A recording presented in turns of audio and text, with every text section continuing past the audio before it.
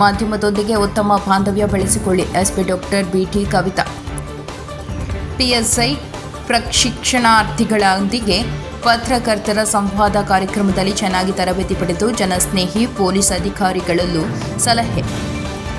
Police ಮತ್ತು ಮಾಧ್ಯಮ ಸಮಾಜದ ಎರಡು ಕಣ್ಣುಗಳಿದ್ದಂತೆ, ಹಾಗಾಗಿ ಮಾಧ್ಯಮ ಸಮಾಜದೊಂದಿಗೆ ಉತ್ತಮ ಬಾಂಧವ್ಯ ಬೆಳೆಸಿಕೊಂಡು ಸ್ನೇಹಜೀವಿ ಪೊಲೀಸ್ ಅಧಿಕಾರಿಗಳಾಗಿ ಸೇವೆ ಸಲ್ಲಿಸಬೇಕು ಎಂದು ಪಿಎಸ್ಐ ಪ್ರಶಿಕ್ಷಣಾರ್ಥಿಗಳಿಗೆ ಜಿಲ್ಲಾ ಪೊಲೀಸ್ ವರಿಷ್ಠಾಧಿಕಾರಿ ಡಾಕ್ಟರ್ ಬಿಟಿ ಕವಿತಾ ಸಲಹೆ ನೀಡಿದರು. ನಗರದ ಜಿಲ್ಲಾ ಪೊಲೀಸ್ ಕಚೇರಿ ಸಭಾಂಗಣದಲ್ಲಿ 1 ತಿಂಗಳ ಕಾಲ ಜಿಲ್ಲೆಯಲ್ಲಿ ತರಬೇತಿ ಪಡೆದ ಪಿಎಸ್ಐ ಪ್ರಶಿಕ್ಷಣಾರ್ಥಿಗಳೊಂದಿಗೆ ಹಮ್ಮಿಕೊಂಡಿದ್ದ ಪತ್ರಕರ್ತರ ಸಂವಾದ ಕಾರ್ಯಕ್ರಮದಲ್ಲಿ ಮಾತನಾಡಿದ ಅವರು, ಯಾವ ಬ್ಯಾಚ್ನವರಿಗೆ ಇಂತಹ ಅವಕಾಶ ಸಿಕ್ಕಿರಲಿಲ್ಲ. ಇದು ಪ್ರೊಫೆಷನರಿ ವೇಳೆಯಲ್ಲಿ ಪತ್ರಕರ್ತರೊಂದಿಗೆ ಇಂಟರಾಕ್ಟ್ ಅವರ ಇನ್ಸೈಡ್ ಏನು ತಿಳಿದುಕೊಳ್ಳುವ ಅವಕಾಶ ನಿಮಗೆ ಕರ್ನಾಟಕ ಪೊಲೀಸ್ ಅಕಾಡೆಮಿ ಒದಗಿಸಿಕೊಟ್ಟಿದೆ. ಇದೊಂದು ಒಳ್ಳೆಯ ಕಾರ್ಯಕ್ರಮವಾಗಿದೆ. ಕರ್ನಾಟಕ ಪೊಲೀಸ್ ಅಕಾಡೆಮಿಯವರಿಗೆ ಅಭಿನಂದನೆ ಸಲ್ಲಿಸುತ್ತೇನೆ.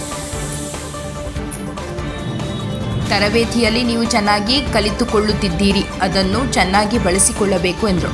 ಮಾಧ್ಯಮದವರು ಮತ್ತು ಪೊಲೀಸ್ ನಡುವಿನ ಸಂಬಂಧ ಹೇಗಿರಬೇಕು ಎಂಬುದರ ಬಗ್ಗೆ ಕೇಳಬೇಕಾದ್ರೆ ಮಾಧ್ಯಮ ಮಿತ್ರರು ಹೇಳಿರುವ ಎಲ್ಲ ಪಾಯಿಂಟ್ ತುಂಬ ಇಂಪಾರ್ಟೆಂಟ್ ಆಗಿದ್ದು, ಮಾಧ್ಯಮವರು ನಮ್ಮ ವಿರುದ್ಧ ಸುದ್ದಿ ಮಾಡಿದ್ರೆ ಎಂದು ಟಾರ್ಗೆಟ್ ಮಾಡುವುದು ಬೇಡ. ನಕಾರಾತ್ಮಕ ಸಕಾರಾತ್ಮಕ ಇರುತ್ತದೆ, ಅದನ್ನು ಸಮನಾಗಿ ಸ್ವೀಕರಿಸಿ ಪರಿಶೀಲಿಸಿ ನಡೆದರೆ ಇಲಾಖೆಯಲ್ಲಿ ಆಗುವ ತಮ್ಮಗಳನ್ನು ಸರಿಪಡಿಸಿಕೊಳ್ಳಲು ಅನುಕೂಲವಾಗುತ್ತದೆ ಎಂದರು. ಡಿವೈಎಸ್ಪಿ ಲಕ್ಷ್ಮಯ್ಯ ಮಾತನಾಡಿ, ಪ್ರೊಫೆಷನರಿ 11 ಮಂದಿ ಪ್ರಶಿಕ್ಷಣಾರ್ಥಿಗಳು ಎಸ್ಪಿ ಮೇಡಮ್ ಅವರು ತರಬೇತಿಯನ್ನು ಚೆನ್ನಾಗಿ ಕೊಡಿಸಿದ್ದಾರೆ. 1 ತಿಂಗಳ ಅವಧಿಯಲ್ಲಿ ಪೊಲೀಸ್ ಇಲಾಖೆಯ ಬಗ್ಗೆ ನಮಗೆ ಭರವಸೆ ಮೂಡಿಸುವ, ಪೊಲೀಸ್ ಇಲಾಖೆಯಲ್ಲಿ ಸೇವೆ ಮಾಡಬೇಕು, ಸಮಾಜಕ್ಕೆ ಒಳ್ಳೆಯ ಕೆಲಸವನ್ನು ಒದಗಿಸಬೇಕು ಎಂಬುದು ನಿಮ್ಮ ಮನಸ್ಸಿನಲ್ಲಿ ಬರುವಂತಹ ವಾತಾವರಣವನ್ನು ಮೇಡಮ್ ಕಲ್ಪಿಸಿಕೊಟ್ಟಿದ್ದಾರೆ. ಇದನ್ನು ಸದುಪಯೋಗಪಡಿಸಿಕೊಳ್ಳಿ ಎಂದರು. ಕಾರ್ಯಕ್ರಮದಲ್ಲಿ ಪೂರ್ವ ಪೊಲೀಸ್ ಠಾಣೆಯ inspector Naveen Kumar, Santemaranahalli sub inspector Tajuddin, ಪತ್ರಕರ್ತರು ಹಾಜರಿದ್ದರು. ವರದಿ ಹುಮ್ಮನಂಜಣ್ಣ ನಾಯಕ, ಪ್ರಮರಾಜನಗರ. ಸನ್ನಿವೇಶ ಹೊಸತು, ಮತ್ತೆ ಇದು ತುಂಬಾ ಪ್ಲ್ಯಾನ್ಡ್ ಆಗಿ ಮಾಡಿರುವಂತಹ ಪಠ್ಯಕ್ರಮ ಅಂತ ಅನ್ಕೊಳ್ತಿದ್ದೀನಿ. ನೋಡಿ, ಬಹುಶಃ ಯಾವ ಬ್ಯಾಚ್ನವ್ರಿಗೂ ಕೂಡ ಈ ಥರದ ಆಪರ್ಚುನಿಟೀಸ್ ಸಿಕ್ಕಿಲ್ಲ. ನೇರವಾಗಿ ಫೀಲ್ಡಲ್ಲಿ ಇರುವಂತಹ ಪತ್ರಕರ್ತರ ಜೊತೆ, ಅದು ಪ್ರೊಫೆಷನರಿ ಟೈಮಲ್ಲಿ ನೀವುಗಳು ಅವ್ರ ಜೊತೆ ಇಂಟರಾಕ್ಟ್ ಮಾಡುವಂಥದ್ದು, ಅವರ ಇನ್ಸೈಟ್ಸ್ಗಳು ಏನು ಅನ್ನುವಂಥದ್ದನ್ನು ತಿಳ್ಕೊಳ್ಳುವಂಥ ಅವಕಾಶ ನಿಮಗೆ ಒದಗಿಸಿಕೊಟ್ಟಿದ್ದಾರೆ. ಅದಕ್ಕೆ ನಿಮ್ಮ ADG ಅವರಿಗೆ, ನಿಮ್ಮ IG, ನಿಮ್ಮ ಯಾರ್ಯಾರು ಟ್ರೈನಿಂಗ್ ಇದ್ದಿದ್ದಾರೆ KPAನವರು, ಅವ್ರಿಗೆಲ್ಲರಿಗೂ ಕೂಡ ಅಭಿನಂದನೆಗಳನ್ನು ಸಲ್ಲಿಸ್ತಾ, ನೀವು ಅದನ್ನು ಕಲ್ತ್ಕೊತಾ ಇದ್ದೀರಾ, ಚೆನ್ನಾಗಿ ಬಳಸ್ಕೊಳ್ಳಿ ಅಂತ ನಿಮಗೂ ಹೇಳೋದಕ್ಕೆ ಬಯಸ್ತೇನೆ. ಮಾಧ್ಯಮದವರು ಮತ್ತು ಪೊಲೀಸ್ನವರ ಸಂಬಂಧಕ್ಕೆ ಸಂಬಂಧಪಟ್ಟಂತೆ ಹೇಳಬೇಕಂತಂದರೆ, ಈಗ ನಮ್ಮ ಮಾಧ್ಯಮ ಮಿತ್ರರು ಹೇಳಿರೋ ಹಾಗೆ ಆ ಎಲ್ಲ ಪಾಯಿಂಟ್ಗಳು ತುಂಬ ಇಂಪಾರ್ಟೆಂಟ್. ಯಾವುದೂ ಕೂಡ ಈಗ ತುಂಬ ಹತ್ತಿರಕ್ಕೆ ಹೋಗೋದು ಅಥವಾ ತುಂಬ ಡಿಸ್ಟೆನ್ಸ್ ಮೇಂಟೈನ್ ಮಾಡುವಂಥದ್ದು ಯಾವ ವ್ಯವಸ್ಥೆಗೂ ಕೂಡ ಸರಿಯಾದಂಥದ್ದಲ್ಲ. ಹಾಗಾಗಿ ಅವ್ರು ಹೇಳಿರೋ ಹಾಗೆ ಸಮಾಜದ 2 ಕಣ್ಣುಗಳು, ಪೊಲೀಸು ಮತ್ತು ಮಾಧ್ಯಮ. ನೋಡಿ, ಯಾವಾಗಾದರೂ ಕೂಡ ಯಾವುದೇ ಇನ್ಸಿಡೆಂಟ್ಗೆ ಫಸ್ಟ್ ರೆಸ್ಪಾಂಡ್ ಆಗೋದು ನಾವು, ಅದನ್ನು ಫಸ್ಟ್ ರಿಪೋರ್ಟ್ ಮಾಡೋದು ಅವರು. ಸೊ ಅಟ್ ಎ ಟೈಮು ಎಲ್ಲ ಫೀಲ್ಡಲ್ಲೂ ನೀವು ಎಲ್ಲಿ ಹೋಗ್ತೀರಾ ಅಲ್ಲಿ ಪತ್ರಕರ್ತರು ಇರ್ತಾರೆ. ಸೊ ಅವ್ರು ಎಲ್ಲಿರ್ತಾರೆ, ನೀವು ಅಲ್ಲಿಗೆ ಹೋಗಲೇಬೇಕಾಗುತ್ತೆ. ಸೊ ನಿಮ್ಮಗಳ ಒಂದು ಸಹಕಾರ ನಿಮ್ಮ ವೃತ್ತಿ ಜೀವನದಲ್ಲಿ ತುಂಬ ಅಗತ್ಯವಾಗಿ ಬೇಕಾಗುವಂಥದ್ದು. ಹಾಗಾಗಿ ಮೀಡಿಯಾ ಮ್ಯಾನೇಜ್ಮೆಂಟ್ ತುಂಬ ಇಂಪಾರ್ಟೆಂಟ್ ಆದಂಥ ವಿಷಯ. ಅದು ಈ ಆಧುನಿಕ ಸಮಾಜದಲ್ಲಿ ಏನು ಇಷ್ಟೆಲ್ಲ ಸೋಷಿಯಲ್ ಮೀಡಿಯಾ ತುಂಬ ಆ್ಯಕ್ಟಿವ್ ಆಗಿರುವಂಥ ಸಂದರ್ಭದಲ್ಲಿ ಮತ್ತು ನಮ್ಮ ಕೆಲಸವನ್ನು ಸರಿಯಾಗಿ ರೆಪ್ರೆಸೆಂಟ್ ಮಾಡ್ಕೊಳ್ತಕ್ಕಂಥದ್ದು, ಮತ್ತು ಫ್ಯಾಕ್ಟ್ಸನ್ನು ಜನ ಈಗ ಯಾವ್ಯಾವ ಸುಳ್ಳುಗಳನ್ನು ಬೇಕಾದರೂ ಹೇಳ್ಬೋದು, ಅದಕ್ಕೆ ಸತ್ಯ ಏನು ಅನ್ನುವಂಥದ್ದನ್ನು ಜನರ ಮುಂದೆ ತರುವಂಥ ನಮ್ಮ ಕೆಲಸದಲ್ಲಿ ಮಾಧ್ಯಮದವರ ಸಹಕಾರ ತುಂಬ ಅಗತ್ಯವಾಗಿ ಬೇಕಾಗುತ್ತೆ. ಅದಕ್ಕೆ ತುಂಬ ಮುಖ್ಯವಾಗಿ ಬೇಕಾಗಿರ್ತಕ್ಕಂಥದ್ದು ಆಫೀಸರ್ ಒಬ್ಬರು ಟ್ರಾನ್ಸ್ಪರೆಂಟ್ ಆಗಿರಬೇಕು. That is the main key. ನೀವು ಯಾರ ಜೊತೆಗಾದ್ರೂ ಒಳ್ಳೆಯ ಒಂದು ರಿಲೇಷನ್ಶಿಪ್ ಸಾಧ್ಯ ಆಗುತ್ತೆ ಅಂತಂದರೆ, ನೀವು ಪ್ರಿಜುಡೀಸ್ ಅಲ್ಲ, ನೀವು ಬಯಾಸ್ಡ್ ಅಲ್ಲ ಅನ್ನುವಂಥದ್ದು ಅವರಿಗೆ ಗೊತ್ತಾದರೆ ಖಂಡಿತ ಅಲ್ಲಿ ಒಂದು ಒಳ್ಳೆಯ ಸಂಬಂಧ ಏರ್ಪಡೋದಕ್ಕೆ ಸಾಧ್ಯತೆ ಇದೆ. ಅದು ನೀವು ಆಫೀಸರ್ಸ್ಗಳಾಗುವಂಥವ್ರು ಗಮನಿಸ್ಕೊಳ್ಬೇಕಾದಂಥದ್ದು. ಅದು ನಿಮ್ಮ ಬರೀ ನಾವು ಆ ಥರ ಇದ್ದೀನಿ ಅಂತಲ್ಲ, ಅದು ನಿಮ್ಮ ವರ್ತನೆಯಲ್ಲೂ ಕೂಡ ಗೊತ್ತಾಗಬೇಕು. ಬಾಯಲ್ಲಿ ಹೇಳೋದು ನಾನು ತುಂಬ ಟ್ರಾನ್ಸ್ಪರೆಂಟು, ನಾನು ತುಂಬ ಬಯಾಸ್ಡ್ ಇಲ್ಲ, ನಾನು ಆ ಥರ ಅಂತ ಹೇಳೋದು, ಬಟ್ ಮಾಡೋ ಕೆಲಸ ಎಲ್ಲ ಅದೇ ಥರದ್ದೇ ರಿಫ್ಲೆಕ್ಟ್ ಆಗುತ್ತೆ ಅಂತಂದರೆ ಡೆಫಿನೆಟ್ ಆಗಿ ಎಲ್ರಿಗೂ ಗೊತ್ತಾಗುತ್ತೆ. ಈಗಿನ ಸಮಯದಲ್ಲಿ ಯಾವ ವಿಷಯವನ್ನು ಕೂಡ ಗುಟ್ಟಾಗಿ ಇಡಲಿಕ್ಕೆ ಸಾಧ್ಯತೆ ಇಲ್ಲ. ಹಾಗಾಗಿ ನೀವೇನು ಅನ್ನುವಂಥದ್ದು ಡೆಫಿನೆಟ್ ಆಗಿ ಎಲ್ರಿಗೂ ಗೊತ್ತಾಗುತ್ತೆ.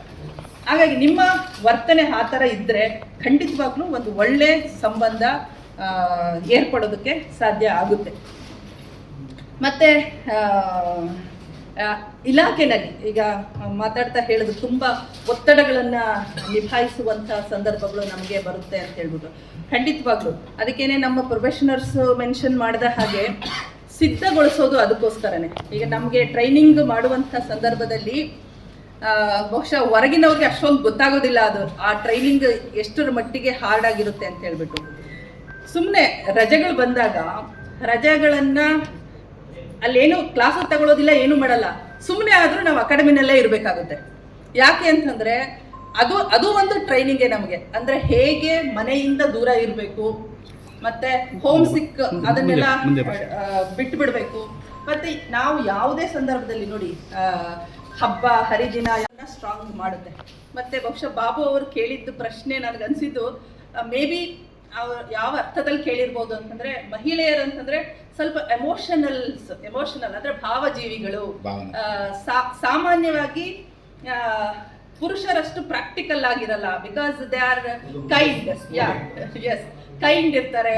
ಮತ್ತು ಅದೆಲ್ಲ ಅಂದರೆ ಅವ್ರದ್ದು ಇನ್ ಬರ್ತ್ ಅಂದರೆ ಏನು ಬೈ ಬರ್ತ್ ಬಂದಿರತಕ್ಕಂಥ ಕ್ವಾಲಿಟೀಸಿಂದಾಗಿ ಆ ಥರದ ಒಂದು ಪ್ರಶ್ನೆ ಕೇಳಿರ್ಬೋದು ಅಂತ ಅಂದ್ಕೊಳ್ತೀನಿ. ಖಂಡಿತವಾಗ್ಲೂ ಅದು ಎರಡೂ ಥರನೂ ನಾವು ಸ್ವೀಕರಿಸ್ಬೋದು. ಮೊದಲನೇದಾಗಿ ಎಮೋಷನಲ್ ಆಗಿ ಡೆಫಿನೆಟ್ಲಿ ನಮ್ಮನ್ನು ಸ್ಟ್ರಾಂಗ್ ಮಾಡಿರ್ತಾರೆ. ಅಲ್ಲಿ ಮಾಡುವಂಥ ಟ್ರೈನಿಂಗ್ ಕೊಡುವಂಥ ಟ್ರೈನಿಂಗ್ ಇದೆಯಲ್ಲ, ಎಲ್ಲೂ ಕೂಡ ರಿಲ್ಯಾಕ್ಸೇಷನ್ ಏನಿಲ್ಲ. ನೀವು ಲೇಡಿ ಅಂತ ಹೇಳಿಬಿಟ್ಟು ಅವ್ರಿಗೆ ಕಡಿಮೆ ಈಗ 5 ಕಿಲೋಮೀಟ್ರ್ ಅವ್ರು ಓಡಬೇಕು ಅಂತಂದರೆ ಡೆಫಿನೆಟ್ಲಿ ಯಾರಿಗೂ ಬಿಡೋದಿಲ್ಲ. 5 ಕಿಲೋಮೀಟ್ರ್ ಎಲ್ಲರೂ ಓಡ್ತಾ ಇದ್ದೀರಲ್ವಾ. ಸೊ ದಟ್ ಅದು ಕಂಪಲ್ಸರಿನೇ. ಮತ್ತು ಯಾವುದೇ ಔಟ್ಡೋರ್ ಆ್ಯಕ್ಟಿವಿಟೀಸ್ ಇದ್ದರೂ ಕೂಡ ಎಲ್ಲೂ ಕೂಡ ನಮಗೆ ಎಕ್ಸೆಂಪ್ಷನ್ ಇಲ್ಲ. ಸೊ ಹಾಗಾಗಿ ಅಲ್ಲಿ ಏನು ಸ್ಟ್ರಾಂಗ್ ಮಾಡಬೇಕು ಅನ್ನುವಂಥದ್ದು ಎಮೋಷನಲ್ ಸ್ಟ್ರಾಂಗ್ ಆಗುವಂಥದ್ದನ್ನು ಟ್ರೈನಿಂಗ್ ಮಾಡ್ತಾರೆ. ಜೊತೆಗೆ ಸೊ ವಾಟ್ ಎವರ್ ನಮ್ಮ ಅಂದರೆ ನೈಸರ್ಗಿಕವಾಗಿ ಬಂದಂಥ ಒಂದು ಏನಾದರೂ ಕೇರಿಂಗ್ ನೇಚರು, ಆ ಕೈಂಡ್ನೆಸ್ ಇದೆಯಲ್ಲ, ದಟ್ ಹೆಲ್ಪ್ಸ್ ದ ಡಿಪಾರ್ಟ್ಮೆಂಟ್. ಏನು ನಮ್ಮದು ಜನಸ್ನೇಹಿ ಪೊಲೀಸನ್ನು ಮಾಡಬೇಕು ಅಂತ ಇದೆಯಲ್ಲ, ಅದನ್ನು ಸಾಕಾರಗೊಳಿಸೋದಕ್ಕೆ that is definitely going to help.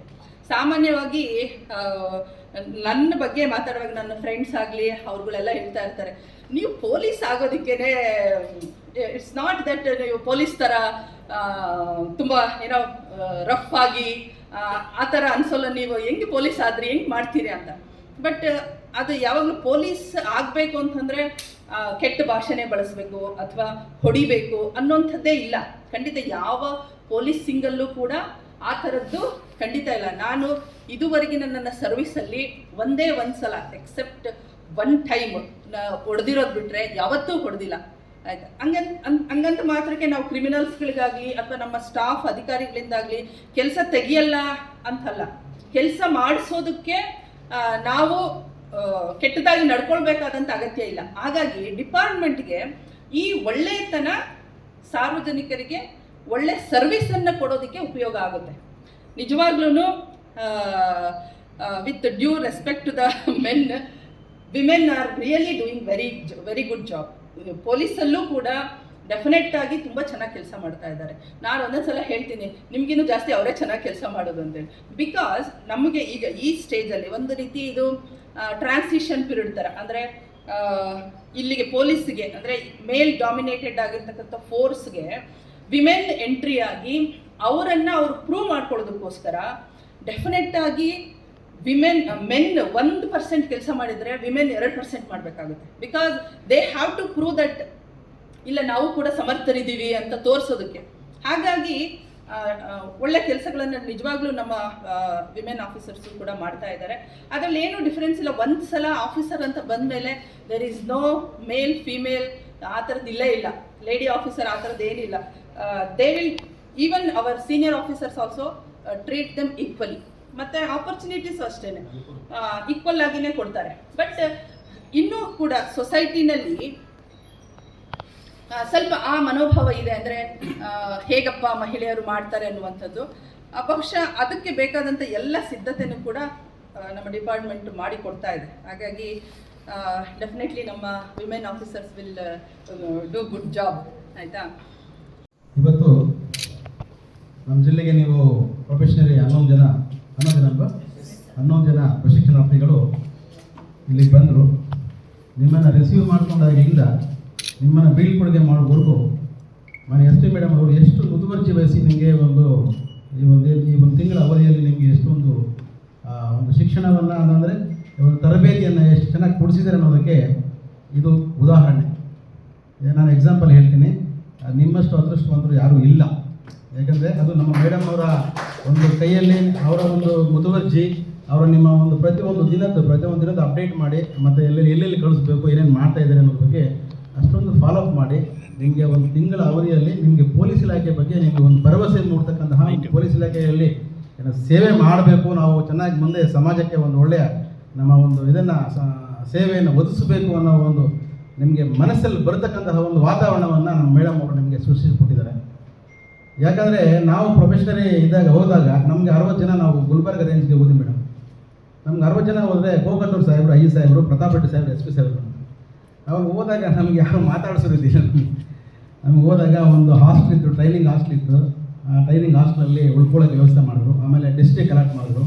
Pratap Simha ಸಾಹೇಬರು, RP ಶರ್ಮಾ ಸಾಹೇಬರು ನಮಗೆ ಫಸ್ಟ್ ಬೀದರ್ ಡಿಸ್ಟ್ರಿಕ್ಕಿಗೆ ಹೋದ್ವಿ.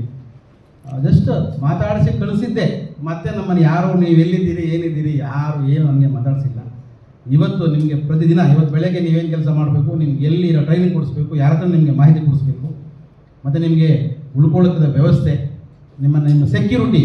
ಫಸ್ಟ್ ಆಫ್ ಆಲ್ ಹೆಣ್ಮಕ್ಳು ಬಂದಿದ್ದೀರಾ, ನಿಮಗೆಲ್ಲರಿಗೂ ಒಳ್ಳೆ ಸೆಕ್ಯೂರಿಟಿ ಕೊಟ್ಟು ನಿಮ್ಮನ್ನು ಏನೋ ನಮ್ಮ ಚಾಮರಾಜನಗರ ಜಿಲ್ಲೆಗೆ ಒಂದು ಮನೆಗೆ ರಿಸೀವ್ ಮಾಡಿದಂಗೆ, ಒಂದು ಗೆಸ್ಟಿಗೆ ರಿಸೀವ್ ಮಾಡಿದಂಗೆ, ಮತ್ತು ನಿಮ್ಮನ್ನು ವಾಪಸ್ಸು KPAಗೆ ಕಳಿಸ್ಕೊಡೋವರೆಗೂ ಸಂಪೂರ್ಣ ಜವಾಬ್ದಾರಿಯನ್ನು ಮತ್ತು ಮೇಲ್ವಿಚಾರಣೆಯನ್ನು ನಮ್ಮ ಮೇಡಮ್ ಅವರು ವಹಿಸಿಕೊಂಡು ನಿಮಗೆ ಉತ್ತಮವಾದಂತಹ ಒಂದು ಪ್ರಶಿಕ್ಷಣ ಇದನ್ನು ನಿಮಗೆ ಕೊಡಿಸಿದ್ದಾರೆ ಇಲ್ಲಿ. ಅದನ್ನು ನೀವು ಮೇಡಮ್ ಅವರನ್ನು ಒಂದು ಆದರ್ಶವಾಗಿಟ್ಕೊಂಡು ನೀವು ಅವರಂತೆ ನೀವು ಒಂದು ಒಳ್ಳೆಯ ಒಂದು ಸಮಾಜಕ್ಕೆ ಇಲ್ಲಿ ಚಾಮರಾಜನಗರ ಜಿಲ್ಲೆಯಲ್ಲಿ ಒಂದು ಕಾನೂನು ಸುವ್ಯವಸ್ಥೆಯ ಜವಾಬ್ದಾರಿಯನ್ನು ಹೊತ್ತು ಮತ್ತು ಅಪರಾಧಗಳನ್ನು ತಡೆಗಟ್ಟುವ ಒಂದು ಜವಾಬ್ದಾರಿಯನ್ನು ಹೊತ್ತು ಇಡೀ ಜಿಲ್ಲೆಯನ್ನು ಉತ್ತಮ ರೀತಿಯಲ್ಲಿ ಮುನ್ನಡೆಸ್ತಾ ಇದ್ದಾರೆ ಮೇಡಮ್ ಅವರು. ಅವರ ಕೆಳಗಡೆ ನಾವೆಲ್ಲನೂ ಅವರ ಮಾರ್ಗದರ್ಶನದಲ್ಲಿ ಕೆಲಸ ಮಾಡ್ತಾ ಇದ್ದೀವಿ. ಅದೇ ರೀತಿಯೂ ಅವರ ಒಂದು ಈಗ ನೀವೇನು ಅವರನ್ನು ನೋಡಿದಿರಿ, ಒಂದು ತಿಂಗಳಿಂದ ನೀವೇನು ನೋಡಿದಿರಿ, ನಿಮ್ಮ ಜೀವನದಲ್ಲಿ ಅವರ ಒಂದು ಆದರ್ಶಗಳು ಮತ್ತು ಅವರ ಒಂದು ಸಲಹೆ ಸೂಚನೆಗಳು ಮತ್ತು ನಿರ್ದೇಶನಗಳನ್ನು ನೀವು ಪಾಲನೆ ಮಾಡಬೇಕು. ಪಾಲನೆ ಮಾಡಿಕೊಂಡು ನೀವು ಅದೇ ರೀತಿಯ ಒಂದು ಉತ್ತಮ ಅಧಿಕಾರಿಗಳಾಗಬೇಕು ಅಂತ ನನ್ನ ಸಂದರ್ಭದಲ್ಲಿ ಹೇಳ್ತಾ, ಮತ್ತು ಈ ಪತ್ರಿಕಾ ಮಾಧ್ಯಮದವರು ಇವತ್ತು ನಮ್ಮ ಜಿಲ್ಲೆಗೆ ನಮಗೆ ಒಂದು ಅವಿನಾಭಾವ ಸಂಬಂಧ. ಒಂದಿನ ಜಗಳ ಮಾಡ್ಕೊಡ್ತಾಯಿವಿ, ಇನ್ನೊಂದು ದಿನ ಮತ್ತೆ ಹೊಂದಾಗ್ತಾ ಇರ್ತೀವಿ.